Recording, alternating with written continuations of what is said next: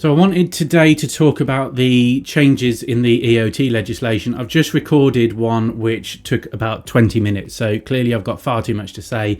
I'm going to condense this and just talk about the headline changes, and then I'll go into a bit more detail in the next few weeks about some more of the issues that are cropping up. Generally, they're really positive changes, and I think most of it is really good for the future of employee ownership.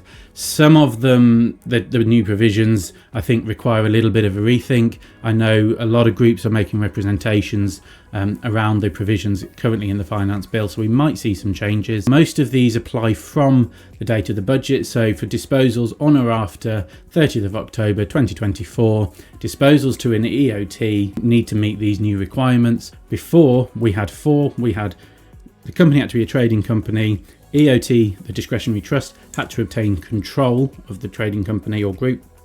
There's a limited participator fraction, basically making sure you've got enough employees versus the number of participators or shareholders.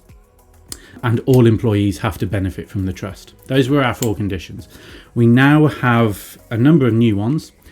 2 specifically around the trustees. So the trustee independence requirement, which basically means that the vendors, or what we term excluded participators, whose broadly shareholders owning more than 5% at any point in the last 10 years, by the way, as well. So it's quite a long period to look back.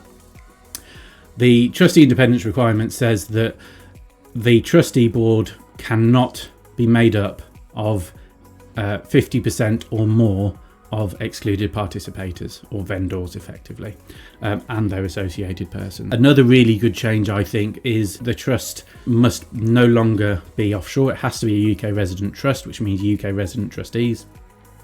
I always thought that was a bit of a strange one to allow in the original legislation, basically saying the vendors can sell to the trust, get a no gain, no loss transfer, no CGT. Set the trust up as an offshore trust, and in the future the offshore trust sells, it's not subject to UK CGT either, and so you've got a completely tax-free sale. So I think, again, that's a positive change that, if I can call it a loophole, closes that loophole. The period for which the vendors were on the hook for the CGT if a disqualifying event was triggered used to be 1 year following the end of the tax year of disposal. So for 24-25, that means if a disqualifying event is triggered, which broadly meant failing any of the conditions, the vendors were on the hook until the 5th of April 26. Now that's extended to 4 years following the end of the tax year of disposal. So that would mean April 29. So there's a much longer period that the vendors need to be concerned about losing their CGT benefit. The next new requirement is the consideration requirement that basically says the trustees can't overpay for the shares.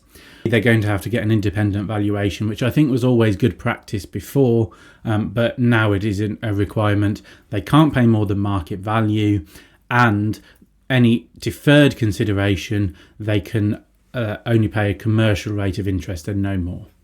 We now have a distributions relief, but also HMRC have said that the non-stack clearances will no longer be provided.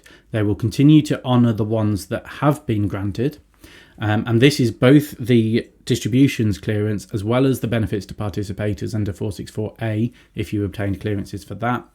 Both of those they don't think are necessary anymore, so they'll no longer provide them. The problem we have, and why a lot of representations are being made on this point, is that the distributions relief is quite restrictive at the moment.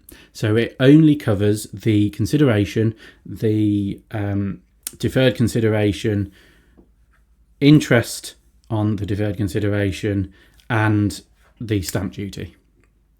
So all of the other costs that a trust might reasonably incur, professional costs, the costs of the independent valuation that they've now got to get, are not covered by this distributions relief, and arguably therefore we've got to gross up any payments for those types of things by the 39.35%.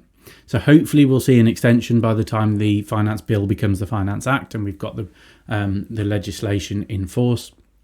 But that remains to be seen. The other issue we have with the distributions relief is that a claim has to be made by the trustees as the legislation is currently drafted. that to me is a big downside. One of the biggest benefits of this structure was it was actually, although sometimes the way they were designed looked a bit funny and quirky, it was always fairly simple. The trust company was often set up where the directors would be the trustees rather than having individual trustees.